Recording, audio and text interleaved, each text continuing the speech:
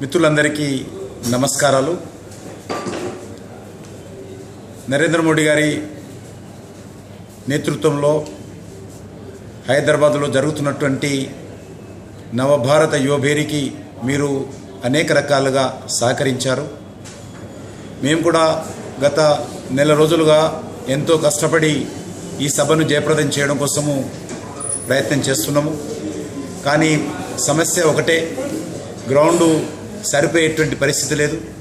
కాబట్టి social media ద్వారా నేను మిత్రులందరినీ కోరుతా ఉన్నాను, అందరూ సహకరించి రేపు జరిగేటువంటి ఈవెంట్ను, రేపు జరగనున్నటువంటి యువభేరి సభను జయప్రదం చేయాల్సిందిగా. నరేంద్ర మోడీ గారు 1,00,000 మందిని ఉద్దేశించి మాట్లాడారు. దేశంలో ఉన్నటువంటి ప్రపంచంలో ఉన్నటువంటి కోట్లాది మంది భారతీయ యువకులను ఉద్దేశించి రేపు ప్రసంగిస్తారు. కాబట్టి ఎక్కడికక్కడ మనము ఈ యొక్క సందేశాన్ని తీసుకొని ఒక నవభారత నిర్మాణం కోసం యువకులందరం కలిసి భోరి మోగించాల్సినటువంటి అవసరం ఉంది.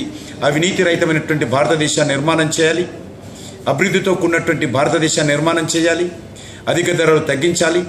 ఈరోజు పారిశ్రామిక యొక్క సంక్షోభము, వ్యవసాయ సంక్షోభము, చేతివృత్తుల సంక్షోభము, రాజకీయ సంక్షోభము, ఆర్థిక సంక్షోభం నుంచి భారతదేశాన్ని గట్టెక్కించి ప్రపంచ దేశాలలో భారతదేశాన్ని ఒక శక్తివంతమైనటువంటి దేశంగా, ప్రపంచ దేశాలలో భారతదేశాన్ని అద్భుతమైనటువంటి నిర్మాణంగా మనము మలుచుకోవాల్సినటువంటి అవసరం ఉంది.